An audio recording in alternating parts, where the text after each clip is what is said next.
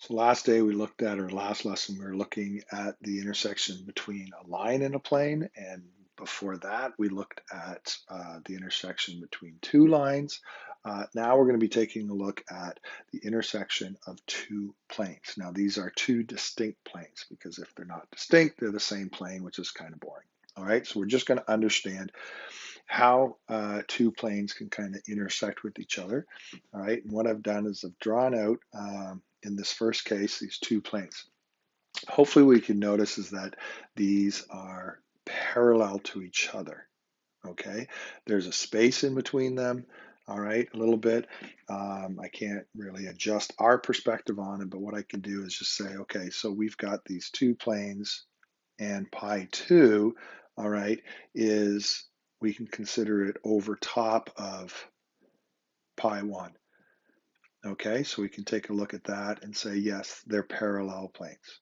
All right, so I can leave that on there. All right, notice, because what I want you to do is when you take a look at the next example here, notice that when they're over top, you do have this shading. All right, that's in the middle here. Okay, but two planes could be parallel. All right, we'll talk about the conditions of those in a second. All right, first of all, let's take a look at the next case. All right, hopefully you see between these pi 1 and pi 2 that these planes intersect in a line. Okay, there is a line of intersection here, and you can see that it goes right through. Okay, there. Okay, there's our line of intersection. All right, purple, plane 1, blue, plane 2. Okay, you can see the little shading there of the darker blue in there, all right, where they come. So hopefully you'll be able to see that. Make sure your mind wraps around the idea, all right, and we'll be saying that the line of intersection could be line 1, all right. We could play around with this idea, you know, and say, okay, well, what's on line 1? Well, we know that there's a direction vector, you know, in line 1. Okay, we know that from pi 1 and pi 2 that we're going to be using the normal vectors there, so it's a scalar equation, right? And if we've got a normal vector that comes off of here, all right, this would be normal 2. The normal vector is perpendicular to plane 2, which means that the normal vector is perpendicular to the direction vector of L1, right? Take a look at that. All right, we're going to be using another one too, where if we have the normal vector coming off of plane 1, let's say the normal vector comes off of the plane like this. If it's perpendicular to plane 1, the normal vector is also perpendicular to the direction vector of line 1. It's perpendicular there. We're going to be using a lot of that. Okay, so maybe you might want to refer back to this diagram, all right, a little bit later as we go through the properties of intersecting planes. All right, so let's take a look at some of the properties and see what we can determine and understand right off the bat. All right, so first of all, when we take a look at our example given, all right, if we are trying to see parallel planes, all right, we know that parallel planes means that their normals are going to be collinear or scalar multiples of each other. All right. When we look at this first example with pi 1 and pi 2, you see that the normal vector is 2, -3, 1, and the normal vector for pi 2 is -4, 6, and -2. All right. Notice that the normal 2 is -2 times normal 1. It's a scalar multiple, all right? And this means that they are parallel only because the d values, all right, are different. They are not the same scalar multiple. So when we say the d values are different, the d value of 2 is not a -2 d value of 1. all right? If these had the same scalar relationship, okay, if the normals and the d's had the same relationship, okay, just multiply one by -2, you get the other, then they'd be the same plane. Okay, understand that. So parallel, the normals have a scalar multiple between them, which is not the same as the d values. Okay, now here's a technique that you need to know, all right, for future lessons as well, all right, and that is finding the line of intersection between two planes. Okay, so we've got two planes. You take a look at pi 1, pi 2. Notice that in pi 1, the normal vector here is 2, -3, 1, and in pi 2, the normal vector is -3, -1, 2. They are not scalar multiples, so we know that they will intersect in a line. Okay, so we have to come up with that line itself. So here is the process. We're going to do it by elimination. All right, we are going to express two of the variables in terms of the third variable. You can pick any one you want. All right, I picked X. I want X, I want Y in terms of X, and I want Z in terms of X. Okay, you can figure out another one if you want. All right, but all the math is done already on these. So we have these two equations, which are the plane equations. All right, in order to eliminate Y, I'm going to multiply the first equation by -3, or sorry, the second equation by -3, and I'm going to add the first equation to it. All right, so you can see that this is what I have here. This is equation 1, this is -3, 2 times equation 2. When we add down, we get rid of the y's, and then I isolate for z, okay, isolate for z, so I get an equation in terms of x, all right? Then I take these same two equations, the original ones, and what I'm going to do is I'm going to multiply the first equation by -2, and I'm going to add that to the second equation. And in that case, you can see when I add down, I eliminate the z's. From there, I want to isolate for y. And you can see I have an expression for y in terms of x. All right. Now, how does this give us the line itself? What we're going to do is we're going to let x be represented by a parameter t. All right. And very quickly, if you see that's a parametric equation in itself, you can see that y then becomes the -19 plus 7t over 5. And z becomes 22 minus 11t over -5. Okay? So you can see the parametric equations. This is the line we're talking about. This is the line that we want. All right? And that's what it says down here as well. Okay?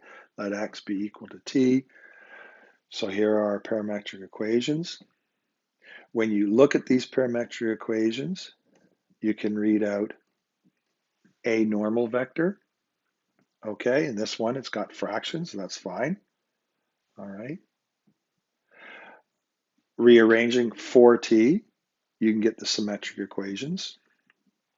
All right. Yes, it's good. It's okay, perfectly legal to have a coefficient that's not 1 in front of the variables. That's fine. All right. So that's quick and easy. Understand the process. You're going to be using that process, all right, a few times. Elimination. This is the elimination so that we can express the two variables in terms of the third. So that third variable is going to be our parameter. All right, we just call it different. We call it a t or an s or whatever. All right, that's the line.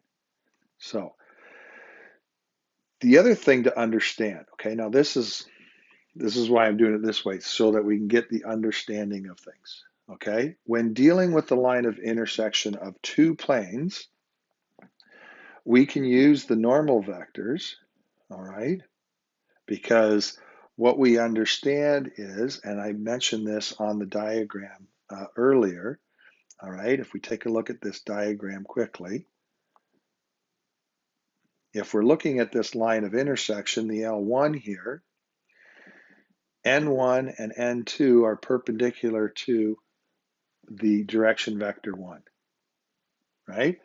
If two vectors are perpendicular to a third, that's basically using cross product, right? We could say that the cross product between the two normals is the direction vector of the line of intersection, okay? And that's what we're taking a look at, all right, especially when we understand this sentence here. The direction vector for our line of intersection can be calculated by looking at the cross product of the two normals of the planes, all right? So from the planes above, we knew what the normal vectors are by the given equation. And when we calculate what the cross product is, you can see that we've got -5 times the m in question, the direction vector, all right? It's a direction vector because, again, it's just a scalar multiple. Any scalar multiple of a vector can be the direction vector, all right, itself. Okay, so that's, again, it's understanding. All right, what are we playing with? The next equation, or the next example. Find an equation of the plane that passes through the point A and is perpendicular to the line of intersection, okay, L3, between pi 1 and pi 2. Key words, okay? L or pi 3, the plane, is perpendicular to the line of intersection. It's perpendicular to the line of intersection, which means the direction vector for the line of intersection is the normal vector for the plane. Okay, that's what the solution says in here, right? M3, right, is perpendicular to the plane, which means that M3, the vector M3, can be a normal for the plane itself. Okay, so again, this is understanding what you have. All right, how do we play with what we have? What do we need? Right?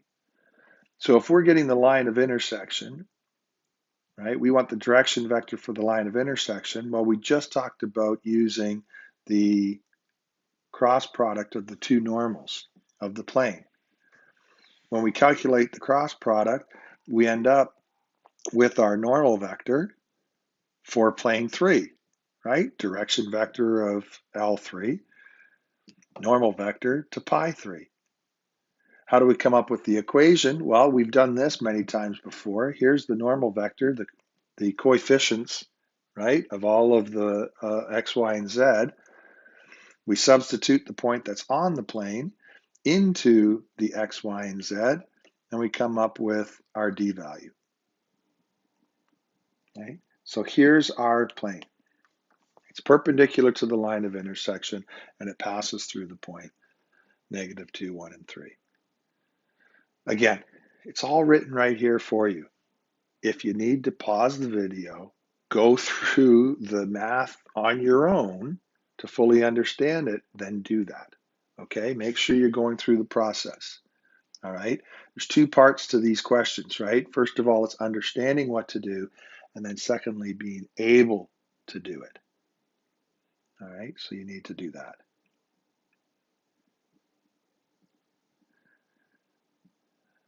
This last part is dealing with, again, two planes that intersect in a line, all right?